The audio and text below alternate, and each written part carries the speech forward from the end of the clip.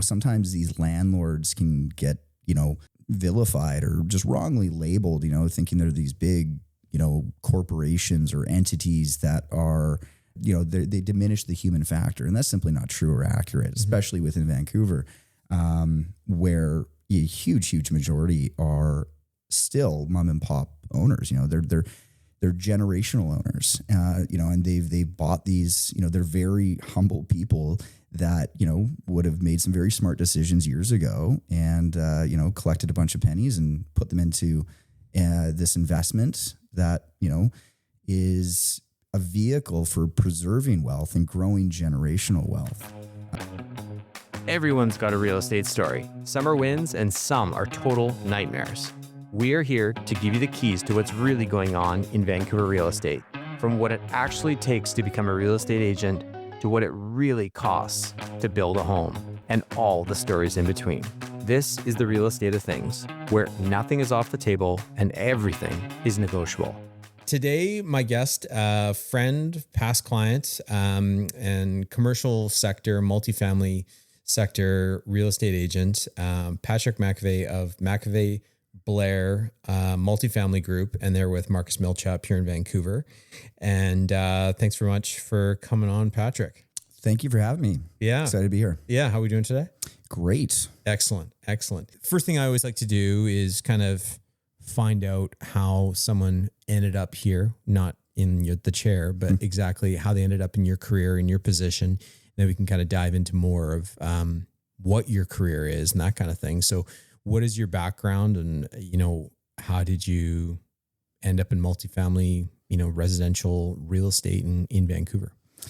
Yeah. I mean, goes back crazy enough 15 years now, getting into it, but the path certainly started well beyond that, back in high school, even, opportunity came a knocking through somebody I knew that, tried to convince me to get into to real estate at a pretty young age. I was still a teenager, still in high school, and I thought it was ludicrous, and really had no desire at the time, truth be told. But the conversations continued throughout university, and the idea of a job coming out of university was pretty attractive.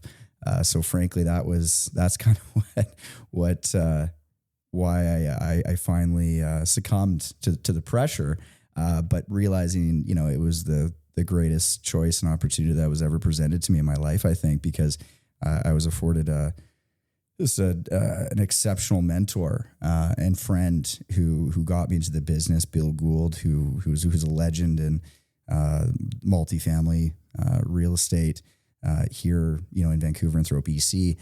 And was a mentor for me for years. I got to work directly under him, and we grew an exceptional team, and eventually moved to, we were just a little boutique brokerage, really, and then we eventually moved to a large global brokerage here in Vancouver, and he eventually retired, and then James and I, who we've worked together for over 10 years, we ended up at Marcus Millichap 5 years ago, where we are now. And your business partner, James, how did you meet him through Bill, like just in the office kind of thing? And that's how your partnership formed? Yeah. Cool story there too. I mean, James is from Kelowna, and he was there really just getting into real estate himself. Again, 15 years ago. And on the residential side, and back in the day, we sell properties all over the province, and we to do so in some of these areas that we're not, if we're not in Kelowna, we were at the time under the RE/MAX umbrella of companies, kind of operate our own little brand through that, but utilized and leaned on RE/MAX when we needed an agent in one of these other towns. So we'd call up the local brokerage and see who's there and who'd be a good fit to kind of step in and be a satellite agent for us. And James had his hand up. He was young and hungry, and we connected right away. We're the same age and really kind of the same stage of our lives. And he jumped on some listings that we had in Kelowna at the time. I don't think we ever ended up selling any of them, but he quickly, we hit it off, and he and his new wife at the time, and actually newborn child too, they really wanted to move back to Vancouver, and there was certainly a lot of capacity that we needed to fill just here in Vancouver, and so it all happened very fast. He moved. We started working together as partners with Bill, and then as I say, that was kind of right at the time the business really started to take off and grow quite substantially. And now, like you said, you and James, your team has made the move to Marcus Millichap, which is predominantly well known in the U.S. and now they have a very strong presence, here in BC, right? So how big is that brokerage here and office downtown and things like that, or is it? Yeah. As you say, like they're very well known down in the South. They're U.S. based and predominantly multifamily as well, which for James and I was attractive and unique when they came knocking to bring us over, just because multifamily is such a forgotten stepchild in the commercial real estate world sometimes, because we often are not mistaken for residential. It's multifamily, it's homes, so we kind of operate frankly between both worlds too, between the residential world and the commercial world. And a lot of commercial brokerages, certainly from our experience in where we've been, multifamily is just, it's a different beast. It's very unique. And so to have, a big company, a brokerage that's what they got their start on, 60 years ago, and still to this day, they're the number one performer, in North America when it comes to multifamily brokerage. So they understood our business. We talked the same language. That was very refreshing for us. Yeah. But when they came, they're still relatively new, I guess, in kind of the scope or the sphere of the competitors that are out there throughout Canada and throughout BC. But easily, we're within the top 5, commercial brokerages here in Vancouver. And in Canada, but steadily growing too. That's the thing. I think that's certainly what I love about what we have just within our team and the brokerage that we have in Vancouver is that it's we're on a fast upward trajectory. That's exciting to be a part of. Yeah, it's funny because you and I, like, kind of going back, we first met when I was hosting an open house in one of our listings here in North Vancouver, and stayed in touch with you at the time. You were very open and honest. You're like, hey, I'm a commercial agent myself, looking things like that. And I was like, you know what? I'm just going to stay in touch, and if I can add advice. And you were looking even here in Pemberton Heights and a few different areas and things like that. So we started chatting and built a rapport and a relationship.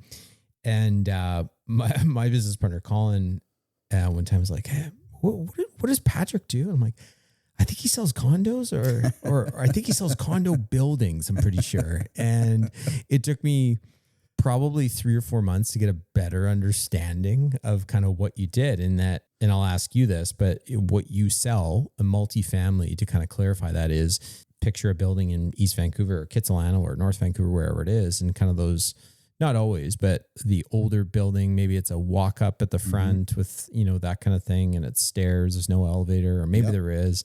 I'm not demeaning the product you sell, but that's older buildings that have been well kept and things like that are on generous parcels of land and things like that. And then you market, list, and sell those properties to a variety of different buyers, whether it's for redevelopment or for someone to own and hold and things like that. But what is it? Because like you say, it's the forgotten stepchild, but it's also a bit of a unclear thing almost in what you do. So can you kind of explain like what you guys specialize in and what you do? Yeah, I'll try. I've always struggled with this. Yeah.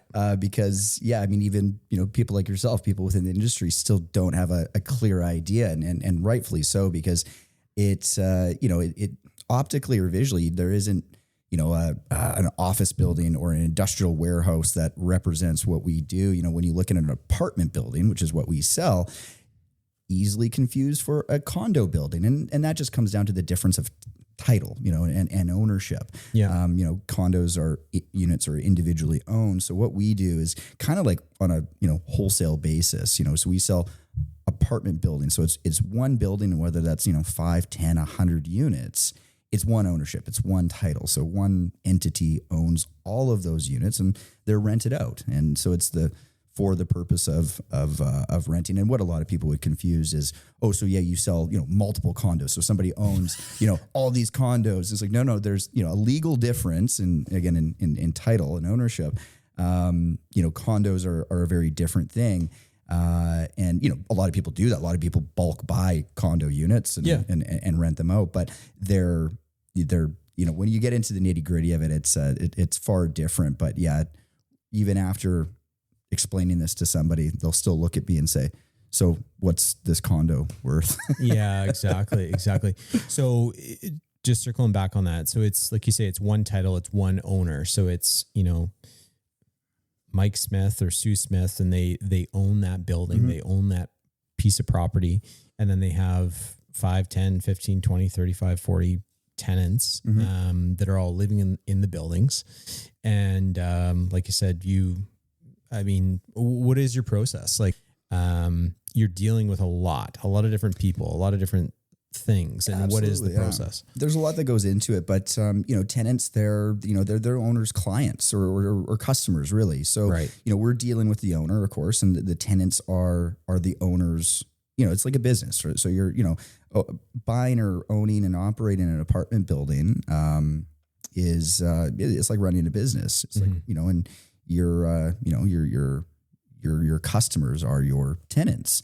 And so, we have a lot of interactions with tenants, of course, but, they're not on that same level, I guess. They're, we're dealing with an owner and, this is where, as I say, we do legitimately operate kind of, we have one foot in both world of residential real estate and commercial real estate, just because a lot of the people that we do deal with, the owners are large in part, mom and pop operators, we like to call them, especially in Vancouver.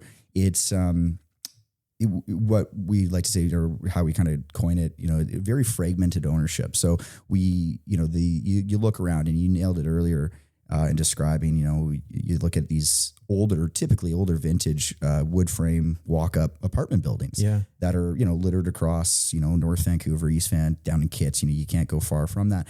And they're usually quite clustered together, and the large majority of the ownership of those are, as I say, mom and pop owners. They're not these, sometimes these landlords can get, vilified or just wrongly labeled, thinking they're these big, corporations or entities that are, they diminish the human factor. And that's simply not true or accurate, mm-hmm. especially within Vancouver, where a huge majority are still mom and pop owners. They're generational owners, and they've bought these, they're very humble people that, would have made some very smart decisions years ago and, collected a bunch of pennies and put them into this investment that, is a vehicle for preserving wealth and growing generational wealth.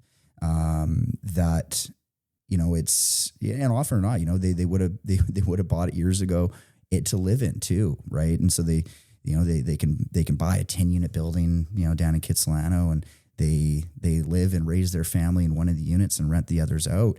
They're not, again, these big corporations are, ultra rich, people that are just smart and humble. Yeah. It's interesting you say that about kind of one of the typical owners of these buildings. And I picture the same thing in stories you've told me over the years and things like that.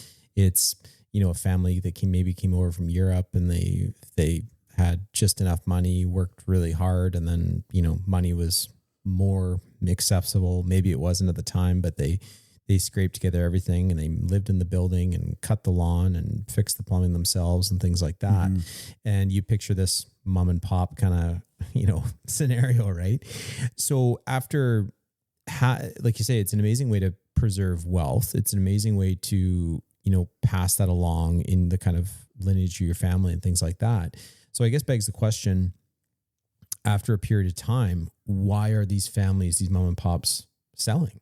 Usually it narrows it down pretty quickly, because speaking to that kind of profile of ownership, the mom and pops, and you nail it with the kind of the large in part immigrants. You look at the kind of the traditional ownership profile of these boutique apartment buildings scattered throughout Vancouver, and large majority would be immigrants, and whether they're from Europe or from any Asian country or anywhere and everywhere across the world, coming to Canada to, build a better life, often with very, very little that they're coming with, and, just got to work.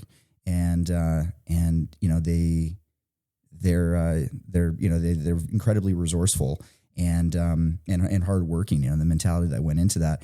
And they generally would never sell. It's to buy and to hold. And that really is fundamentally what, multifamily investing is. It's long-term, right? It's not get in and get out, or you're not playing markets. I mean, let me ask you, like, what is the average or typical lifespan of home ownership? When someone buys, how long does it take them to sell? Yeah, it's somewhere around 10 years. Okay. And I think the reason for that is circumstances change, kids' ages change, kids move out, you have kids, all these different things, right?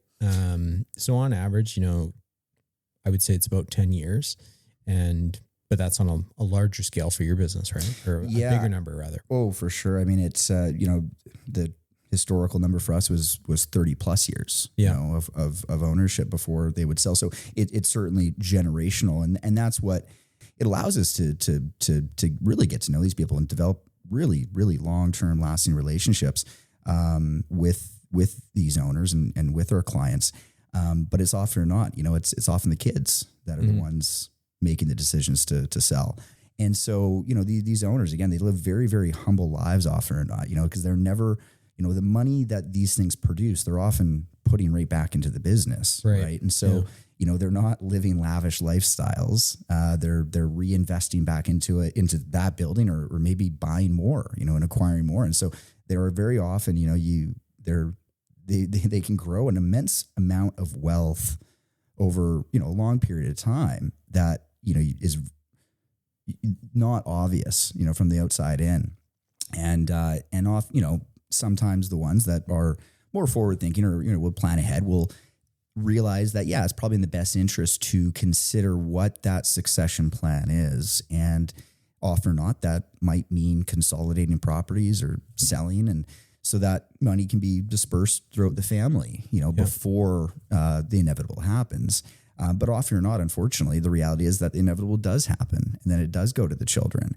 And hopefully they would have had, plans and practices in place that, the kids are able to take over, retain it and move on. But unfortunately, that's not always the case. And so, death and taxes inevitably come calling, and that's the reality, and often or not, when these assets, certainly on a generational level, end up selling. And when these properties come to market, the Marcus Millichap sign goes up in front of the building. Do you find that the tenants, because whomever the buyer is going to retain those tenants, or assume those tenants? Mm-hmm. Do they get a little antsy and things like that? Is there a lot of questions? Is there a lot of, who's going to be the next owner? Who is the next owner? Things like that you have to field. And, rightfully so. They've lived there for 20 years and rented that unit, right? That's certainly what we've, and this, to your previous question, just, some of the process and what we've learned early on. And I would say, this goes for any professional in real estate, is, how to manage your clients' expectations and minimize disruptions and headaches, right? That leads to, a positive result. You want to make sure that no matter what the result is, that, you've retained that relationship with the client. And one of the biggest things that we've learned is or ways to avoid some of those headaches is in dealing with tenants, right? Because again, the tenants are the landlord's customers, and often not, they have, very long-standing relationships, hopefully positive ones, which is usually the case, but not always. And we want to make sure we honor that and respect that. But the reality is, well, for one thing, we don't throw a big sign out front of the building, because that's one way that you're just going to get, tenants freaking out. Yeah. Oh my God, the building's for sale. We're all going to get evicted, and, we're going to have nowhere to live. And of course, who's going to be feeling that? It's going to be the owner. Right. And so, those are conversations that are probably just best avoided, especially early on. Sure. Throughout the marketing process, because there is no certainty of anything happening, right? I mean, as just because you're listing a property doesn't mean it's going to sell. Maybe back when the market was I was going to say maybe a few years ago. Certainly not the case now. So we're always very mindful of that, and often or not, our marketing process it's not exciting. It's not flashy. It's not sexy, which is something that I do envy. From the real estate, the residential side of the business, you guys. You're not on TikTok or anything? Yeah, no, we're not doing dances in front of the building. It's a very old school, very direct approach. I mean, just the reality is, the profile of buyers. It's a very small insular market, so there's a handful of people that are going to be, buying them. And we usually have those relationships to begin with. So, there's no need to make some big flashy, presentation. Yeah, that's interesting. And I think as a tenant, that's exactly how you would want to feel. Like you say, just more or less you're placing a different, company name on the rent check each month, and you don't want anything to change. You've probably been there for a long period of time. So that's probably best case scenario anyway, right? Yeah. And as you say, it is best case scenario. It's not always the case. And because the reality is, and this is unfortunately where, there's these examples that, the media latches onto, because of course, they make headlines of, bad actors. And, there's the, the cases of, dare I say, the term we're using, renoviction or demoviction, where whether it's, an investor that, is coming in trying to evict tenants to renovate and move rents to market, and or a developer buying these old buildings that sit on some valuable land that they're going to tear down and build a tower. And I'm not going to ignore or suggest that doesn't happen. It does, but I would say it's far less the case than the alternative, what I was speaking about earlier. Gotcha. So all things buying and selling in the multifamily world. In the winter of 2025 here, what is the market doing in terms of multifamily residential sales, and where are you seeing kind of the wins, the losses, the pitfalls, that sort of thing? Yeah, good question. If you ask that question to anybody in real estate, regardless of what they're doing, do you get a different answer, or is it all the kind of the pretty same? Much? Yeah, it's either one word, 4 letters, or it's an hour and a half answer. Yeah. So I'll try not to give you the one word, nor will I try to give you the hour and a half answer, but it's it's all relative, and certainly we've seen better days. But that's the beauty of multifamily, and what we do is that it's generally quite consistent and stable, and it goes to the very heart of why people invest in it to begin with, because it is a very conservative asset class, and it weathers the storm. You could call it not recession proof, but certainly a very good recession fighter. So even in the worst of times, people need somewhere to live. Basic human need. It's a basic human need. It's shelter. So it's then jumping to the market again. We haven't. It's seen better days, but it's also we've seen far worse, or it could be far worse. I should say we haven't seen far worse. It could be far worse. So I hesitate in complaining about it, because I just don't think we have the right to. I think the market, but certainly for speaking personally, myself and my team, we've managed to do quite well in spite of the market. We've had actually, one of the best years we've had in the past 5 years, and are continuing to grow and just build market share when a lot of our competitors are or, others in the market are, licking their wounds, I guess, and the market, it could do all of us more favors, but, it's certainly, it's not as bad as I know a lot of people have it. I wouldn't want to be doing pre-sale condos right now. I can tell you that. We've been fortunate enough where, there's always going to be people buying and selling real estate in whatever sector we're in, whether it's commercial, multifamily, residential, condos, all this kind of stuff, where people are going to need to sell and want to sell for those reasons. Right. Mm-hmm. So that's been a big factor. So next kind of question to kind of point back at your job and, looking at a property, sometimes we'll have a client come to us and say, Scott, I want to buy an investment property. Right. And I have, $1.5 million to spend, and what can it spin off in rent? And oftentimes we'll say, it can spin off $7,000 a month in rent. And they go with the calculator and the mortgage broker and things like that. Mm-hmm. And they come back and they go, okay, well, let's offer it, 1,550 or 1.6 or whatever it is. The numbers make sense. The deal makes sense. The cash flow, all these sorts of things. So we put the deal together and they bought the house and put a tenant in there. Mm-hmm, mm-hmm. Now, your process with that, say I'm your buyer and I come to you and I come to James and I say, hey guys, I'm thinking about buying one of these 3-story buildings and kits. Mm-hmm.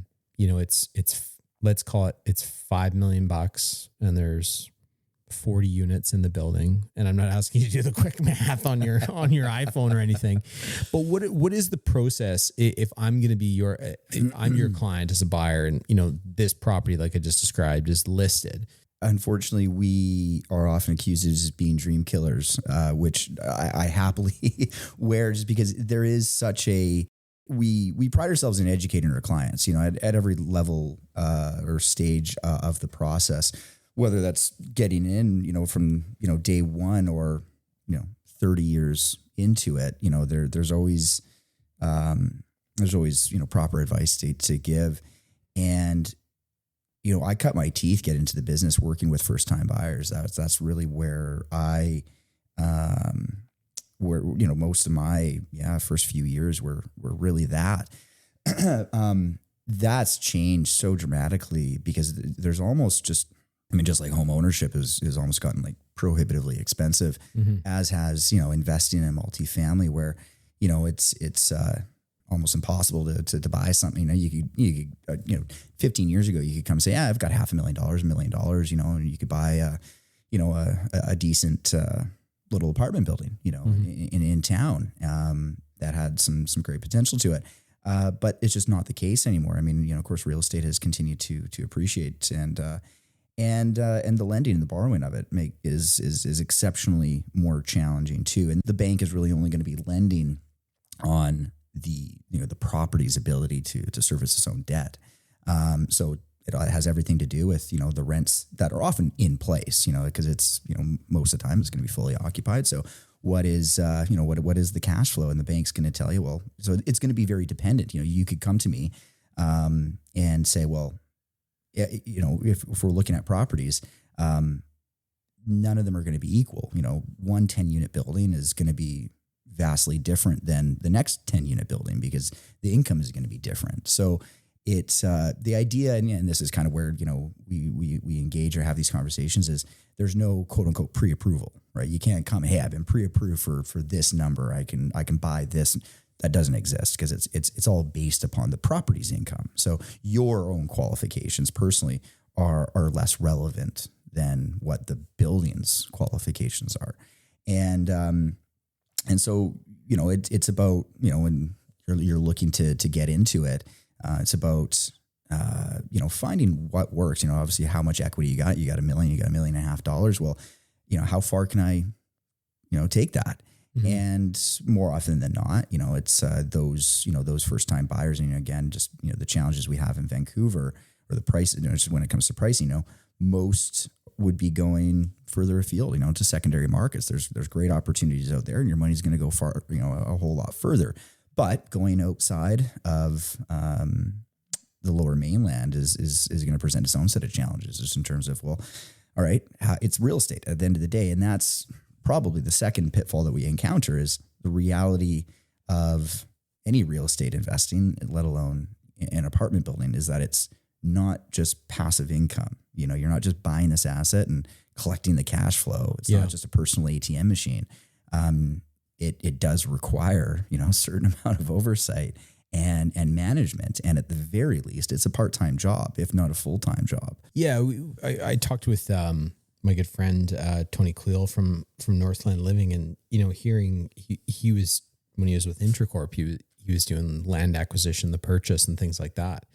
And your eyes would roll if you look at how many different properties you look, and the time invested to look at each property and assess its value, what you can do with it, what you can't, these sorts of things. And then to walk away from that and say, you know what, this isn't the one for us, for me, kind of thing. Same thing in the multifamily sector, right? Where you have to analyze, you have to do this severe, you know, regiment of due diligence. Like it's a lot. And if the numbers obviously don't make sense, well, A, the bank's not going to say yes, and B, nor should you, right? Yeah, exactly.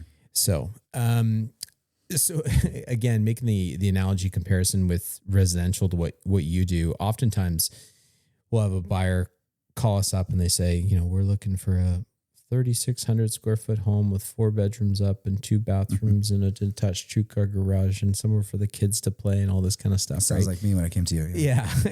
Typical kind of wish list in terms of what they're looking for in a home. Now switching gears back to your world, is there a product that, you know, for lack of a better term, sells like hotcakes, or that a lot of investors, a lot of buyers are attracted to because it spins off, you know, a good revenue? Is it the 3-story kind of no elevator 30 unit building? Is it the 60 unit on 5 floors?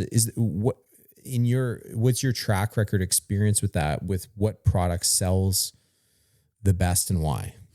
Oh gosh. Yeah. It is super dependent. So I can't say there's, you know, we can't paint it with a broad brush stroke. You know, there are so many different players that play their own game within, you know, multifamily. They like want to focus on that type of product kind of thing. Totally. Exactly. Now, you know, I mean, if we were to try to blend everything together, yeah, I mean, like, you know, when it gets down to it, everybody wants something that is producing great cash flow, but yet still has great upside, you know, so it's not fully maxed out, that it, you know, I can walk in day one and it's covering its own debt but yet, you know, upon turnover of units, I'm going to be able to raise rents and increase my cash flow and improve it.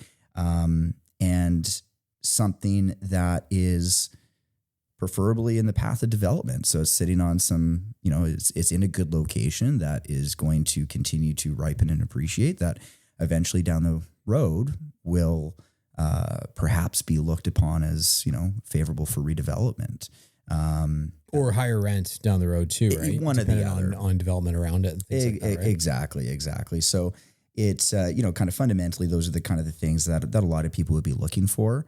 But, you know, where and what is largely just going to be dependent upon, you know, their own personal preference. Anyone who has spent time hanging around the Joe Forte's bar or El Giardino bar or any of these other downtown commercial broker watering institutions, you hear the words cap rate a lot. Yeah. Right? Oh, cap rate. Oh, it's got a 4 cap. It's got a 6 cap. It's got whatever it is. Break it down. So capitalization rate is the term, what we refer to as a cap rate. And it's as I say, it's a reflection of the building's income and cash flow and performance. So the basic math is you take the revenue. So you take the rents. So what you add up all of your individual rents. You annualize that. So you multiply it by 12. So you get your annual gross income. Apply whatever vacancy, or if there's additional income to it, you might have laundry income, you might have storage income and parking income. So you get your revenue, and then you subtract your expenses. So your basic operating expenses. And this is where it gets a little bit, you know, more technical, because, you know, you're looking at just the building's operations. So you're not including, you know, things like your own interest, you know, for financing. And there's certain items that we would capitalize, or we would take out of an operation of a building, but, you know, I won't get into that. But essentially what we're going for is getting your net operating income. So your revenue minus your expenses, net operating income, your NOI. And we take that and we multiply that by, in reverse, to get a cap rate, you take your NOI, you multiply that divided by the purchase price. That produces a cap rate. So you can use that in reverse fashion as well by you take a market cap rate. So you hear about properties, they're trading for a 4% cap rate. And so when we're evaluating a property, well, you take whatever that market cap rate is, and there's often a range of them, and you would then apply that to the property's NOI, and that would then produce roughly your purchase price or your property's value. So it works both ways.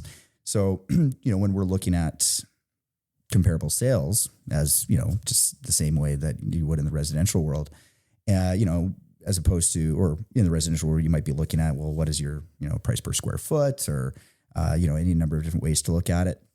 Often not. I mean, the leading metric that we use or look for is the cap rate, because that's, again, has to do with the property's cash flow. But it's not the only one, and there's many, and again, depending on how you're approaching or how you're looking at it, would depend on also, what is the price per square foot of land, or the buildable square foot that you can do, price per net rentable, your gross rent multiplier. Another really basic one that is certainly not sophisticated and again should not be used exclusively, but is probably the easiest comparison that we have to make when we're just quickly comparing properties is a price per unit. So just break it down. So you got your price divided by however many number of units you got, 10, 20, 30 units.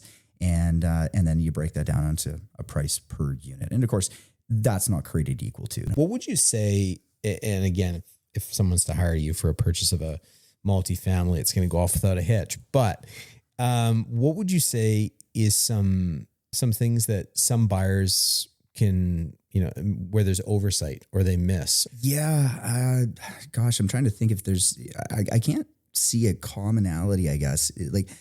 I'd like to say that we as listing agents do a good job at uncovering all those potential pitfalls that, if, nothing's perfect by any means, but it's about disclosing them, and that's for the betterment of everybody. It's, we don't want to hide the even just the little details, because they will get uncovered, and you'd rather be upfront about that going in and have, everybody have the same expectations, rather than the 11th hour of realizing, oh shoot, this doesn't match up, or this isn't what I expected.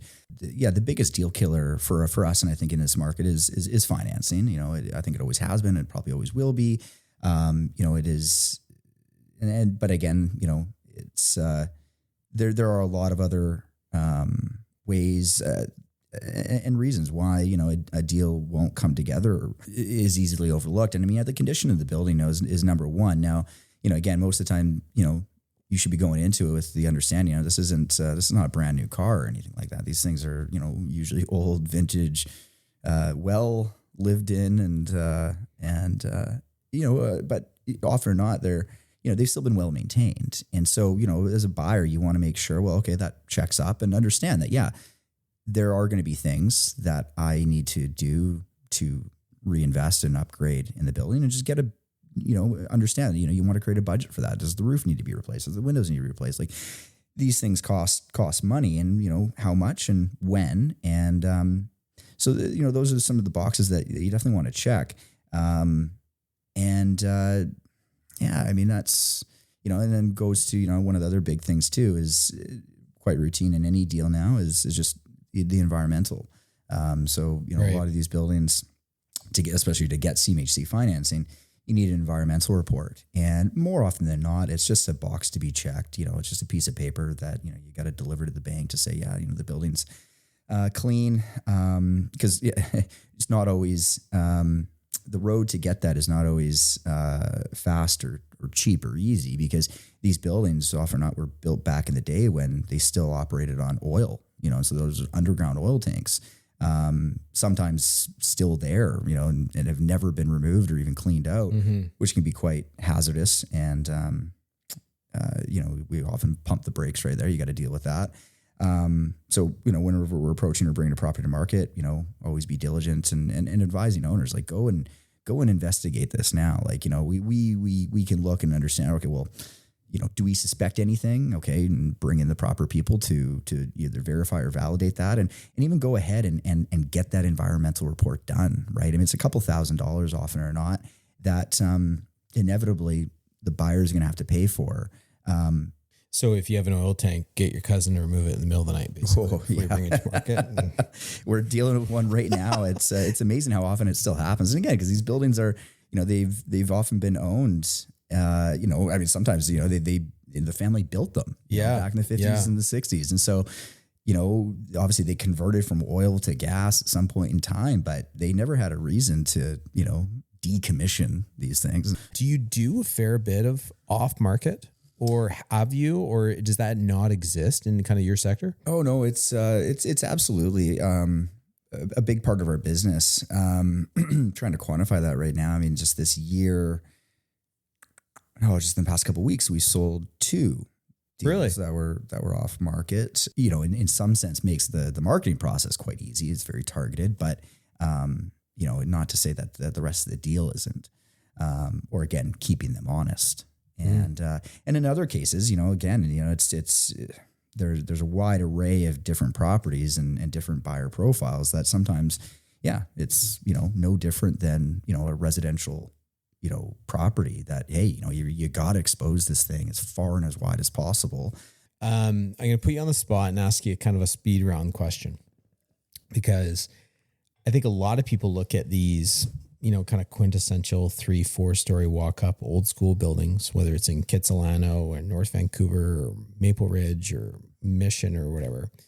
And, in conversations with you, I've always been kind of baffled at what some of these properties sell for, what they're worth, that kind of thing. So on an average, if we had one of those 4-story buildings, let's call it, with a walk up on the front with 40 units in it, on what's the average lot size for something like that?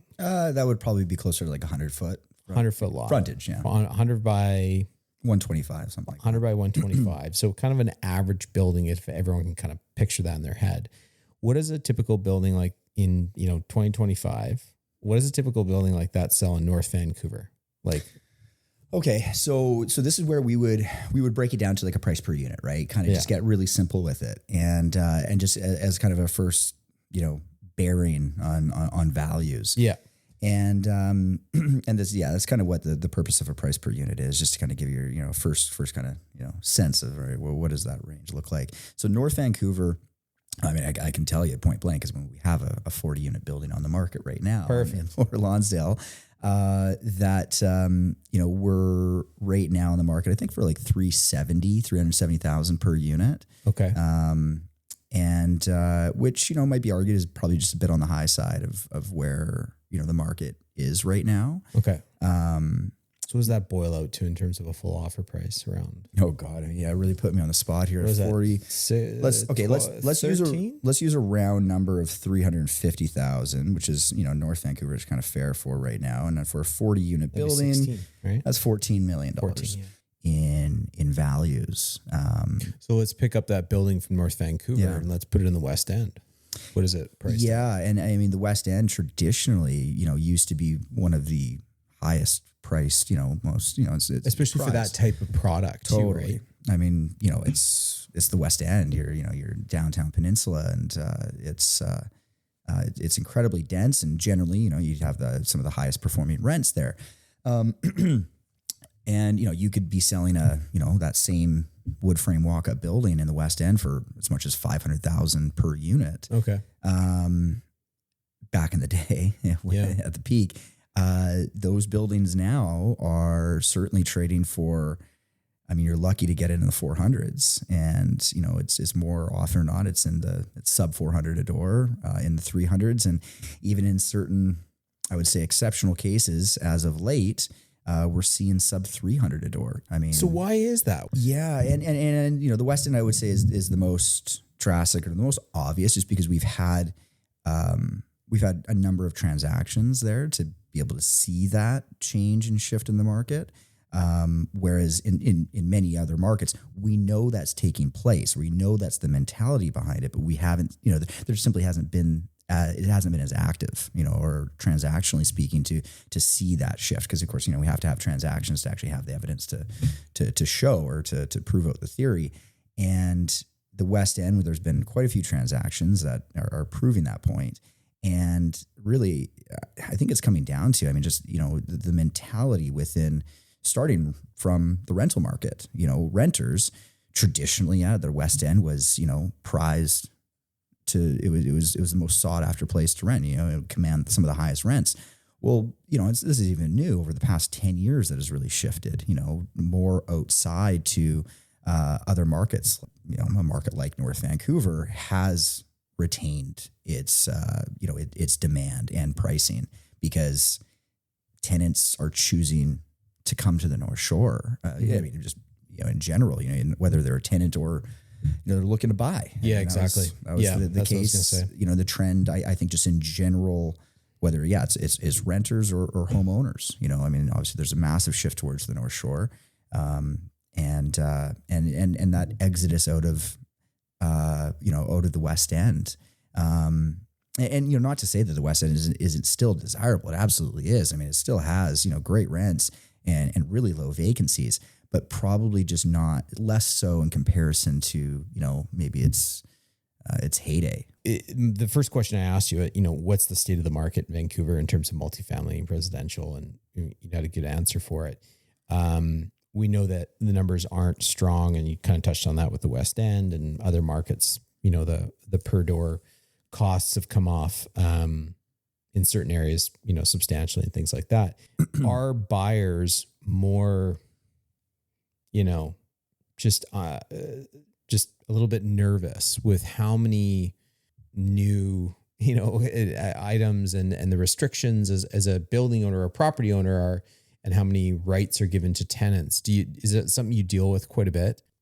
It's definitely taken some of the luster out of why someone would choose to get into it, and frankly, they have encouraged, some of these policies have encouraged many longtime owners to get out of the game because it's very hard to get by. It's probably I've been doing this for 15 years. I've invested into it as well, but again, many of my clients have been doing this for a lifetime, and say that it's the hardest they've ever seen it.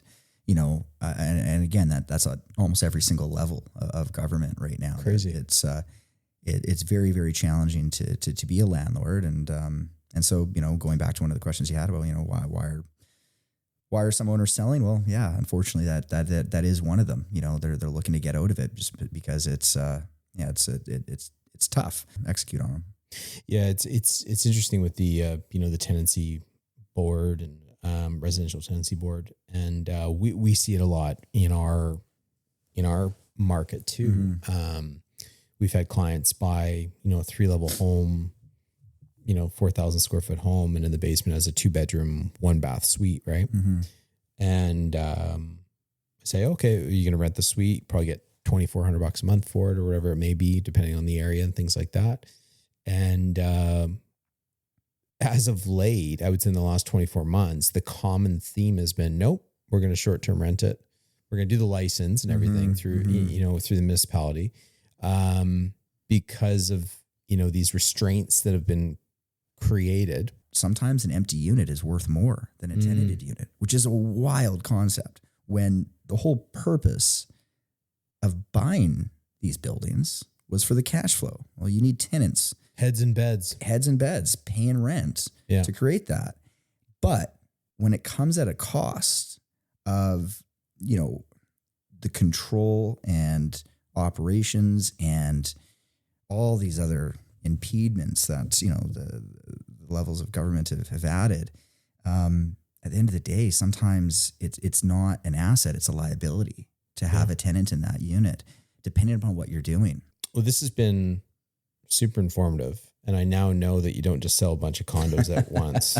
So I might still be a little confused, but I just kind of blacked out for a second there when you said what you did. But again, I can't thank you enough for coming on. Super informative, super interesting just to hear about that with obviously condos and rentals, in Vancouver just being such a huge factor here. Yeah.